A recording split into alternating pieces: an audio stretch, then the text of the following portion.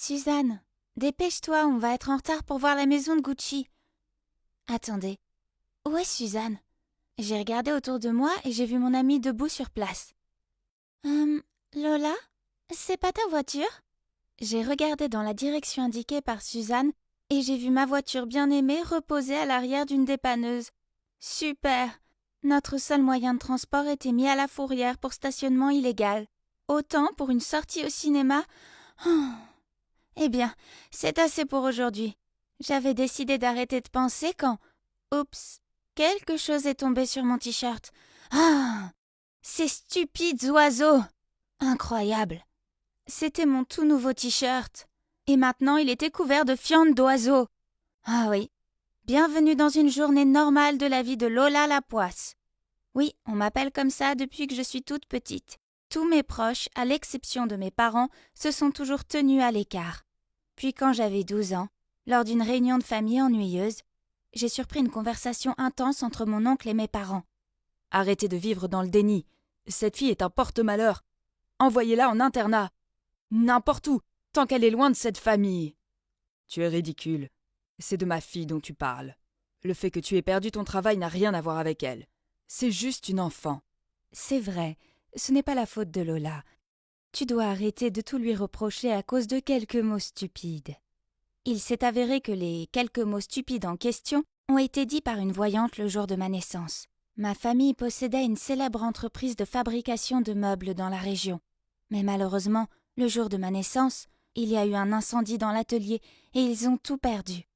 Ce même jour, une voyante est passée devant la maison et elle a lâché une phrase qui a fait paniquer toute la famille. « Ce nouveau-né est un porte-malheur qui va porter malheur à toute la famille. » C'est donc pour cela que mes proches m'évitent, ne m'invitent jamais aux fêtes et disent des ragots sur moi dans mon dos. Je ne veux pas croire à la prophétie, mais avec toute la malchance que j'ai eue jusqu'à présent, c'est difficile de ne pas y croire. Avez-vous déjà porté un parapluie pendant 6 jours d'affilée pour qu'il y ait du soleil, puis le jour où vous oubliez de l'apporter, il pleut à verse? Ou avez-vous déjà été sur le point de lécher une délicieuse crème glacée quand vous avez trébuché et éclaboussé toute la glace sur la pauvre personne en face de vous? Eh bien, non seulement j'ai été malchanceuse, mais ma malchance a aussi affecté les gens autour de moi. Pas étonnant que je sois une fille timide qui a du mal à se faire des amis. En plus de mes parents, je n'ai qu'une seule amie, Suzanne. Hé Lola, as-tu déjà pensé à briser ta malchance? Il y a une voyante très célèbre en ville. Briser la malchance? Eh bien, ça semble être une bonne idée. J'en ai assez d'être Lola la poisse. Le lendemain, suivant les instructions de Suzanne, je suis allée dans une petite maison en banlieue de la ville. En frappant à la porte, j'étais nerveuse et contente en même temps. J'espérais que ce serait enfin la fin de ma série de malchance. Une femme avec un voile m'a fait entrer. Je ne pouvais attendre plus longtemps, alors j'ai tout déballé. « Bonjour, j'ai entendu dire que vous pouviez m'aider à me débarrasser de ma malchance. S'il vous plaît, aidez-moi, quoi qu'il en coûte. » La voyante est restée immobile un moment. Puis un sourire se dessinait à travers son voile. « Vous êtes Lola, la fille de la famille Gonzalez, n'est-ce pas ?»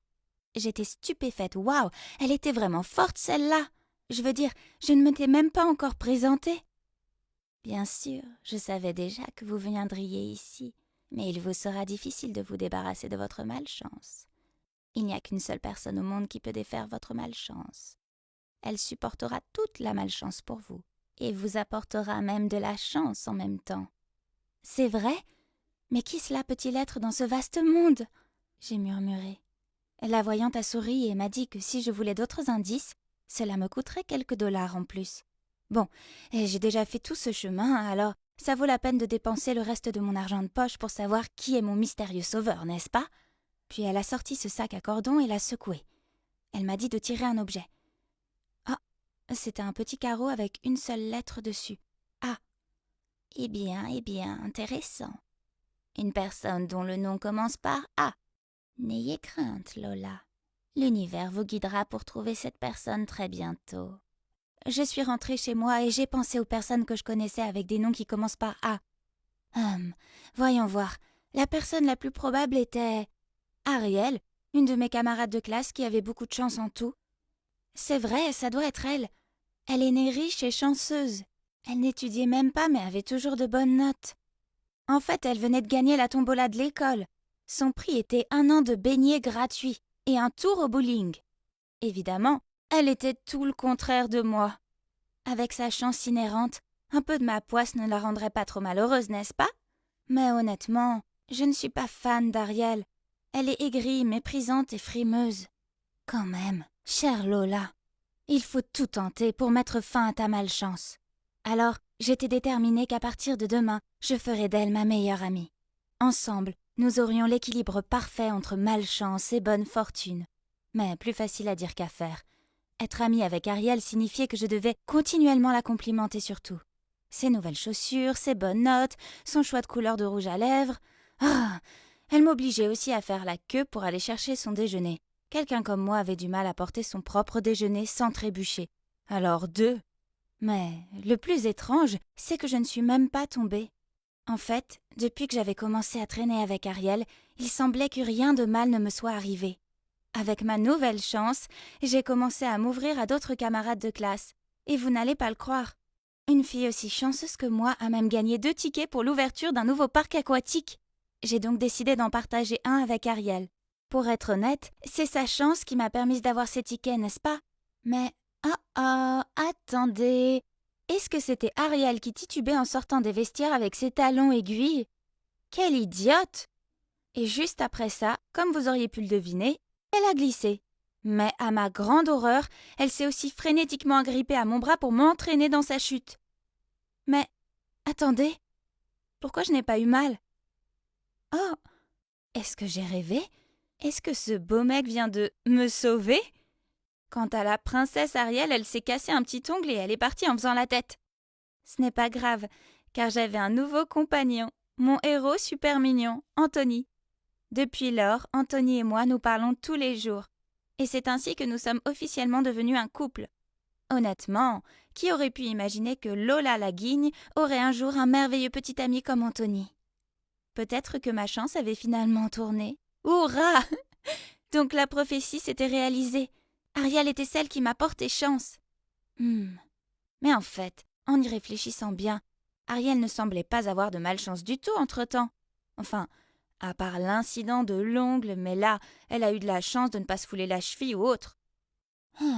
Peut-être que nous étions tous dans le train de la chance pour une fois, mais il reste une chose que je n'arrive pas à comprendre.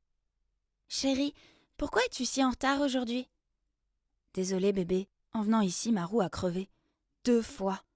Oui, vous voyez, mon petit ami a eu beaucoup de malchance ces derniers temps. Mais attendez, Anthony est aussi un nom qui commence par la lettre A. Se pourrait-il que ce soit Anthony qui ait souffert de ma malchance? Et pas Ariel? Oh non, ça ne peut pas arriver. Puis, au cours des semaines suivantes, mes soupçons ont été confirmés. Anthony a perdu son téléphone. Il a égaré son devoir, a récupéré le mauvais chien chez le vétérinaire, et il a même fait tomber le vase de chez sa mère tout neuf et super cher. Smash! Je pouvais continuer à porter la poisse, mais je ne voulais pas que mes proches aient à endurer cette charge à ma place. Au lieu de ça, je devais trouver un moyen d'aider Anthony à s'en sortir pour de bon. Peut-être il pourrait trouver quelqu'un de super chanceuse qui inverserait sa malchance. Avec ce plan en tête, j'ai organisé un pique-nique pour nous deux, puis j'ai invité la personne la plus chanceuse que je connaisse, Ariel. Au début, tout semblait aller pour le mieux. Il ne pleuvait pas, il n'y avait pas de fourmis dans nos sandwichs, mais ensuite, j'ai remarqué qu'Ariel gloussait et jouait avec ses cheveux en regardant Anthony. Oh non! Ariel avait le béguin pour mon petit ami. Le problème, c'est que plus je les voyais ensemble, heureux et sans malchance, plus j'en concluais que Anthony était mieux sans moi. J'ai donc commencé à ignorer ses appels et ses messages, et j'ai délibérément évité les endroits où il pouvait se trouver. Tout allait bien, jusqu'à ce qu'il se pointe devant mon école. Lola, pourquoi tu m'ignores? Qu'est-ce que j'ai fait de mal? J'ai fait semblant de ne rien entendre et j'ai continué à marcher. Mais il m'a couru après et m'a attrapé par le poignet. Alors je lui ai crié « Rien! Tu es parfait! C'est pour ça que j'ai arrêté de te parler. Je porte la poisse, tu mérites mieux. » Il m'a jeté un regard confus. Alors je lui ai expliqué que la malchance avait tendance à me suivre, moi et les gens dont j'étais le plus proche. Et c'était pour ça que j'avais arrangé un rencard pour lui et Ariel. Tu es tellement folle. Es-tu sérieusement prête à laisser tomber ce que nous avons à cause d'une stupide prophétie? De plus, je ne suis pas un objet que tu peux donner à n'importe qui. Puis il est parti en trombe. C'était affreux. Maintenant, j'avais perdu mon incroyable et attentionné petit ami, et je ne pouvais m'en prendre qu'à moi-même. Plus tard ce soir-là, maman est entrée dans le salon et m'a vue affalée sur le canapé en train de pleurer. Elle m'a demandé ce qui n'allait pas, et j'ai fondu en larmes à propos de ma malchance, sur la voyante et sur le fait que j'avais perdu mon petit ami à cause de ça. Je pense qu'il est temps que j'aille voir cette voyante. C'est peut-être la même que le jour de ta naissance. Je ne l'ai pas vue à l'époque car j'étais à l'hôpital avec toi. Si c'est vraiment elle, j'ai envie de savoir pourquoi elle a décidé de mettre autant de stress sur notre famille avec ses paroles ridicules. Le lendemain, maman et moi sommes allés chez la voyante. Maman a arraché le voile de son visage et l'a regardée en état de choc. Il s'est avéré qu'elles allaient à l'école ensemble et qu'à l'époque, cette femme était jalouse de la chance de ma mère. Une jalousie qu'elle n'a jamais surmontée. Alors elle a essayé de la saboter en racontant des prophéties ridicules, non seulement sur moi, mais aussi sur le reste de notre famille. En y réfléchissant, pendant toute mon enfance, mes proches m'ont traité comme un porte-malheur, et c'est ainsi que j'ai agi. Je me suis aliénée, j'ai manqué d'assurance, et je n'avais aucune confiance en moi. Peut-être que c'était mon énergie négative qui me rendait malchanceuse, et non une stupide prophétie. Alors que s'est-il passé ensuite? Eh bien, maman a fait en sorte que toute la ville sache que la voyante était une escroc. Elle nous a écrit des excuses publiques et nous a dédommagés. Quant à moi, j'ai décidé qu'il était temps de créer ma propre chance. Je suis donc allée chez Anthony et je lui ai tendu 2 billets pour le parc aquatique, en m'excusant pour toutes mes bêtises superstitieuses. Il a semblé apprécier ce geste et m'a pardonné. Nous sommes de nouveau ensemble. Youpi! À partir de maintenant, il n'y a que des ondes positives, des pensées heureuses et des opportunités à saisir dans la vie. La chose la plus importante que j'ai apprise est que si vous voyez la vie comme étant belle, elle sera toujours belle pour vous en retour.